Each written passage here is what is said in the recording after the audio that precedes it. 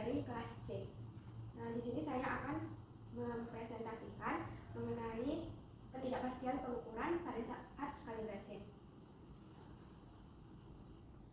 Untuk pengertian ketidakpastian pengukuran, yaitu ketidakpastian pengukuran adalah suatu konsep yang digunakan sejauh mana kita yakin terhadap hasil pengukuran yang telah dilakukan. Dalam kalibrasi, itu untuk menggambarkan tingkat ketidakpastian atau ketidaktepatan yang terkait dengan hasil pengukuran tersebut. Selanjutnya ada filosofi ketidakpastian.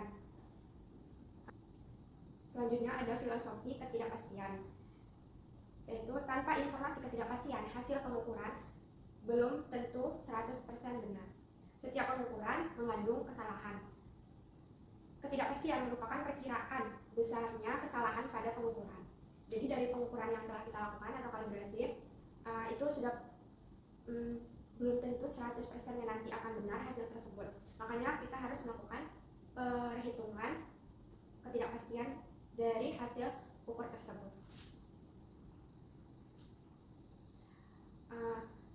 Tetapi tidak semua hasil yang diukur itu harus diperhitungkan ketidakpastiannya. Bisa saja yang pertama itu kesalahan transfer data, kesalahan program komputer atau coding, profesionalisme dan kompetensi pelaksana, dan kesalahan menentukan alat ukur. Itu tidak perlu dicari ketidakpastiannya. Sumber ketidakpastian itu terdiri dari beberapa bagian. Yang pertama itu ada ketidakpastian karena benda ukur, yaitu nilainya bisa berubah akibat interaksi dengan alat ukur. Yang kedua, nilainya tidak seragam.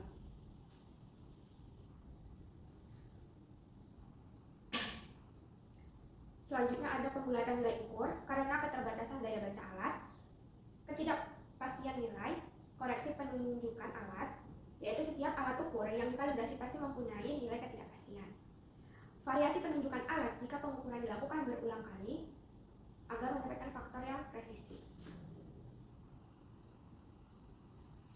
Selanjutnya, sumber ketidakpastian karena peralatan pendukung atau bantu, yaitu bisa terjadi karena bidang acuan pada pengukuran dimensi yang belum tentu rata, kabel penghubung multimeter mempunyai tahanan tertentu yang mempengaruhi hasil pengukuran nanti. Selanjutnya ada media kalibrasi yang belum tentu itu homogen. Selanjutnya ada sumber ketidakpastian karena kondisi lingkungan. Yang pertama itu karena tekanan udara. Tekanan udara ini gaya tekannya itu dapat mempengaruhi pengukuran massa. Selanjutnya ada interferensi gelombang.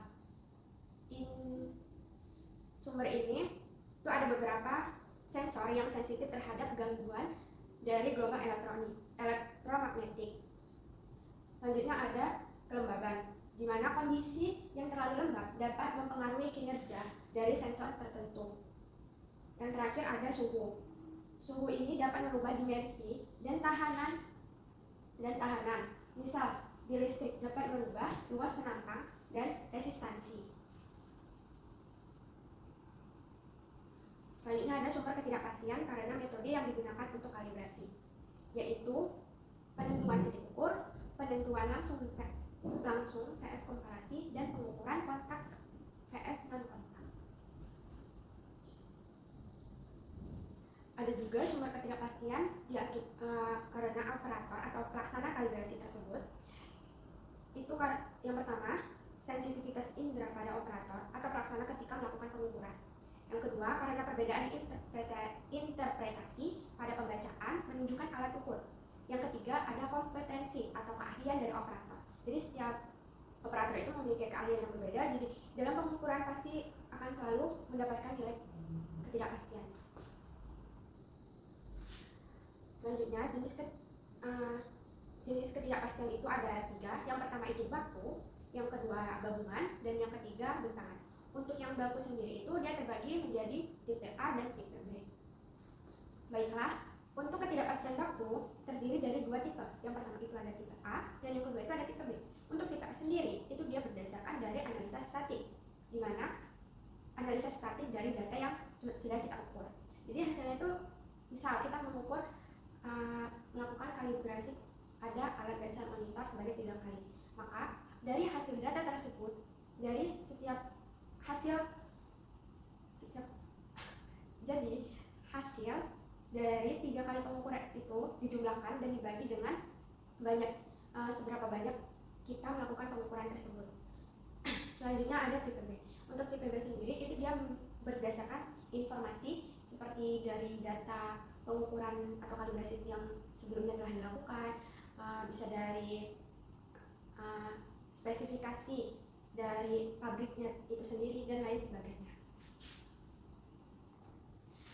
Selanjutnya, untuk melakukan atau mencari ketidakpastian pada pengukuran yang telah kita lakukan, itu ada beberapa langkah. Yang pertama, kita harus membuat model matematis. Yang kedua, kita melakukan identifikasi semua sumber ketidakpastian. Yang ketiga, kita melakukan penghitungan ketidakpastian baku. Selanjutnya, penghitungan koefisien sensitivitas. Dan yang terakhir itu ada menghitung ketidakpastian gabungan dan ketidakpastian bentangan. Selanjutnya saya akan memberikan contoh perhitungan ketidakpastian dengan menggunakan langkah-langkah yang sudah saya jelaskan tadi. Di sini saya akan melakukan perhitungan pada hasil ukur respirasi pada Benson monitor.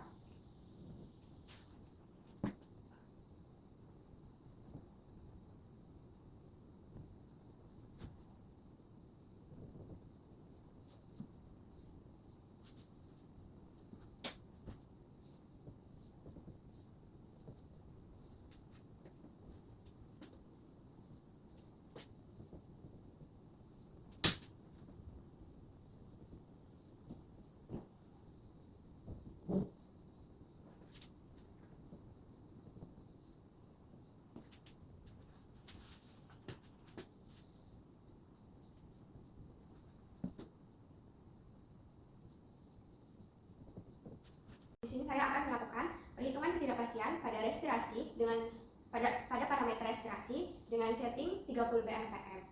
Untuk hasilnya ini, hasil 3 kali pengukuran telah saya lakukan pada minggu yang lalu untuk video pengkalibrasian Benson monitor. Pada kalibrasi kemarin saya mendapatkan nilai untuk pengukuran pertama. Hasil ukur kalibrasi pertama itu mendapat 30, kalibrasi kedua juga 30, dan yang ketiga 30.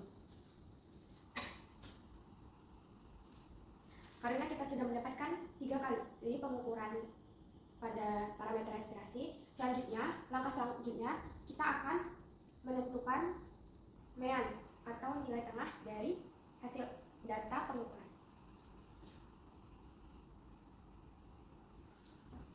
Untuk mean sendiri itu rumusnya X1 ditambah X2 ditambah X3 dibagi N. Jadi untuk X sendiri itu merupakan nilai hasil pengukuran pertama kali pada parameter yang kita ukur. Untuk N sendiri itu berapa banyak pengukuran yang telah kita lakukan.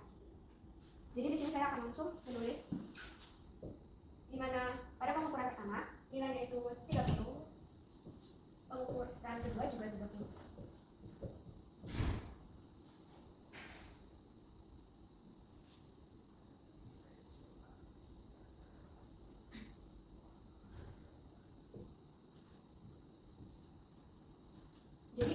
Jadi N-nya itu saya isi dengan 3 karena saya melakukan 3 kali pengukuran pada parameter respirasi. Untuk meannya atau nilai tengah didapatkan hasil 30. Selanjutnya kita akan melakukan perhitungan pada koreksi. Untuk koreksi itu rumusnya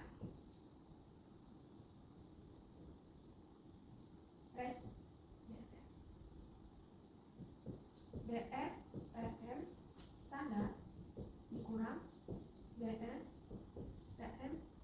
UUT, di mana BRPM standarnya itu bernilai 30, yaitu setting yang kita lakukan. Sedangkan untuk BRPM UUT itu adalah nilai tengah dari hasil dari 3 kali pengukuran tersebut, yaitu 30. Maka koreksi yang didapat adalah 0.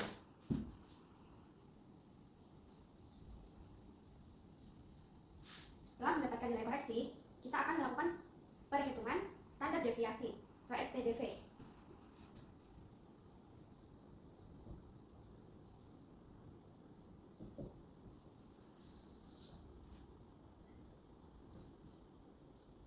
Rumusnya yaitu akar 1 per N dikurang 1 dikali dengan X1 dikurang mean pangkat 2 ditambah X2 dikurang mean kuadrat. Maka didapat hasil 1 dibagi N-nya itu 3 dikurang 1 dikali X1 30, X2 30, dan X3 30. X1 30 dikurang meannya 30 dikuadratkan ditambah X2 30 dikurang mean 30 dikuadratkan ditambah X3 30 dikurang meannya 30 kuadrat. Maka didapat hasil dari perhitungan STDV adalah 0. Selanjutnya kita akan mencari ketidakpastian standar deviasi baku atau yang dinamakan dengan UA.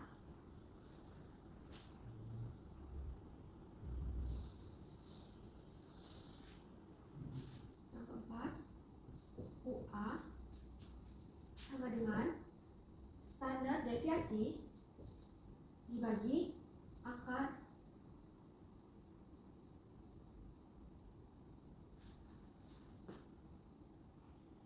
N.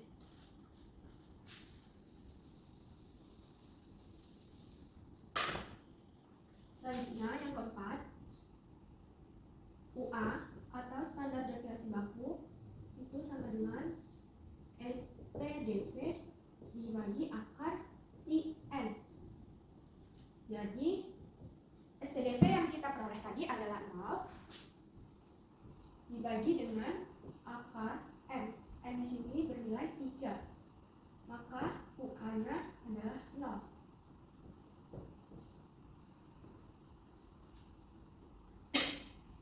Selanjutnya mencari derajat kebebasan atau VA sama dengan N dikurang 1, di mana N sama dengan 3 dikurang 1 sama dengan 2.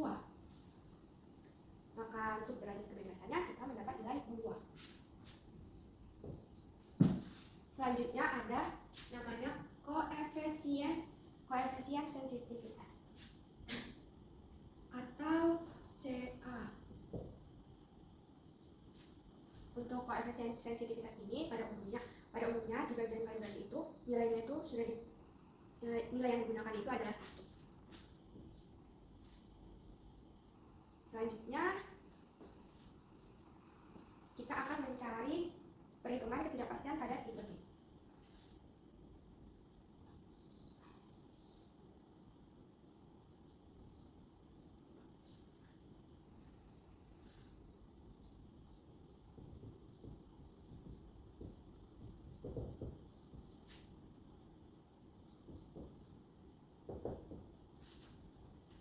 Untuk ketidakpastian pada tipe B itu dia ada sampai UB3, di mana yang pertama itu ada UB1.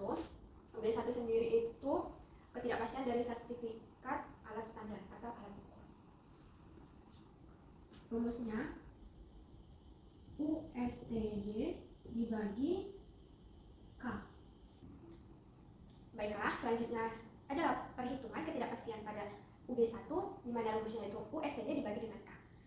Pada alat Blackson monitor sudah terkalibrasi dengan tingkat kepercayaan 95% dengan K yang didapat itu adalah 1,9 dan digunakan menjadi 2. Maka nilai K nanti yang akan kita tulis adalah 2. Sementara untuk USTD-nya, karena tingkat kepercayaan 95%, maka nilai USTD-nya itu 0,215. Oke, USTD-nya 0,215 dibagi K-nya tadi didapat adalah 2.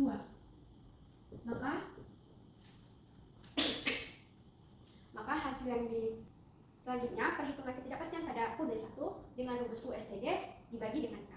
Untuk nilai USTD-nya itu kita pada alat Blackson monitornya itu sudah terkalibrasi dengan tingkat kepercayaan 95%. Maka nilai ketidakpastiannya kan 95 itu U95, di mana hasilnya itu 0,215.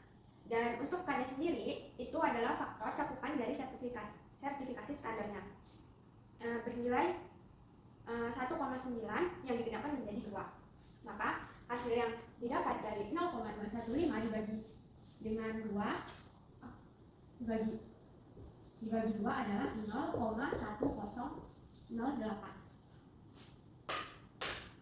Selanjutnya, perhitungan pada UB2.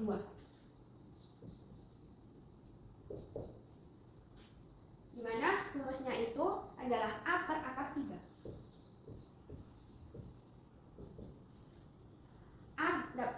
A dapat kita peroleh dari 1/2 dikali resolusi alat.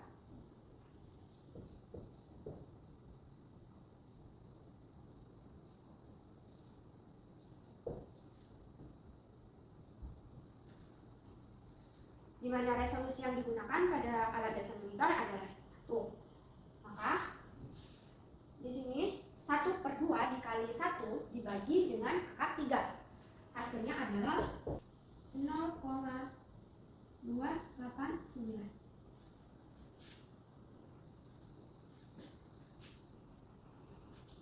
Untuk ketidakpastian pada UB2 diperoleh nilai 0,289. Selanjutnya adalah UB3. UB3 itu rumusnya sama dengan UB2, tetapi A-nya itu diperoleh dari 1/2 dikali dengan drip alat standarnya.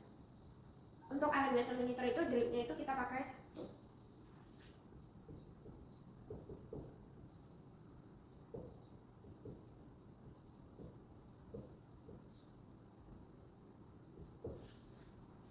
Tapi untuk perhitungan pada UB3 itu sangat jarang digunakan.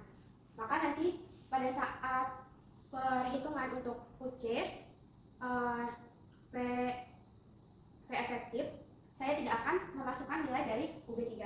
Kita akan melakukan perhitungan sampai ke UB2 saja. Perhitungan pada ketidakpastian gabungan dan ketidakpastian bentangan. Oke, untuk ketidakpastian gabungan itu disimbolkan dengan UC, di mana UC sama dengan akar C A kuadrat dikali UA kuadrat ditambah CB1 kuadrat dikali UB1 kuadrat ditambah CB2 kuadrat.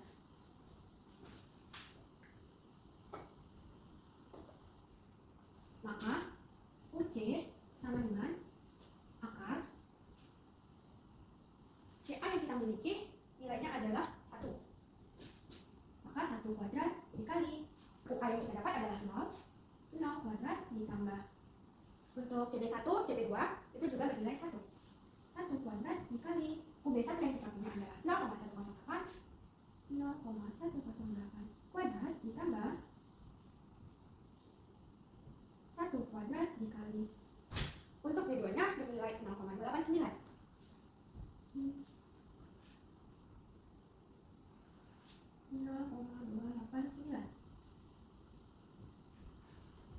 Maka UC yang didapat adalah 0,308. Mencari nilai efektifnya, VE itu sama dengan UC pangkat 4 dibagi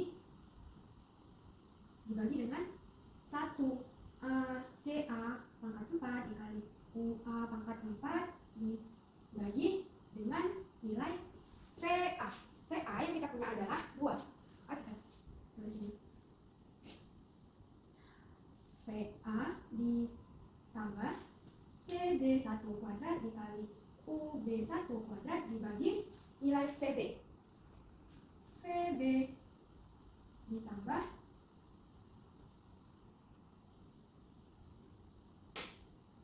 CB2 kuadrat pangkat 4, maaf, untuk CB1 dan UB1 itu pangkatnya 4 dan CB2 pangkat 4 dikali UB2 pangkat 4. Maka V efektifnya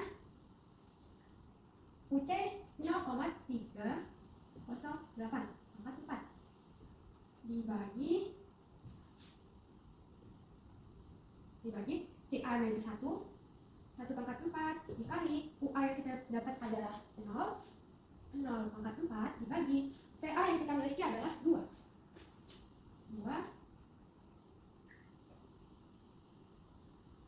ditambah CB yaitu 1 pangkat 4 dikali untuk UB 1 kita dapatnya 0,108 pangkat 4 dibagi dengan PB PB nya adalah 50 ditambah untuk CB2 nya juga 1 pangkat 4 dikali UB2 yang kita punya adalah 0,289 dibagi PB nya adalah 50. Maka P efektif yang kita peroleh adalah 63,2. Dari P efektif ini kita akan bisa menemukan nilai K. Nilai K nya itu sesuai dengan tabel. Jadi pada saat P efektifnya bernilai 63, tingkat kepercayaannya itu pada 95% itu bernilai 1,984. Maka nilai K yang kita dapat adalah 1,984. Selanjutnya yang terakhir adalah perhitungan ketidakpastian bentangan, di mana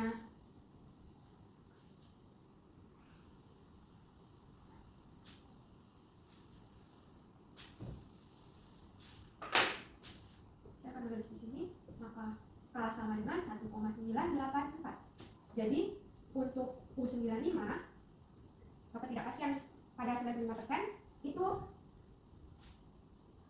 adalah K dikali dengan UC. K yang kita miliki adalah 1,984 dikali dengan nilai UC. UC nya adalah 0,308. Maka U95 atau ketidakpastian U95 adalah 0,611. Oke, untuk perhitungan ketidakpastian sudah selesai saya lakukan, dan kita akan menaruh nilai yang sudah kita dapatkan ke dalam tabel.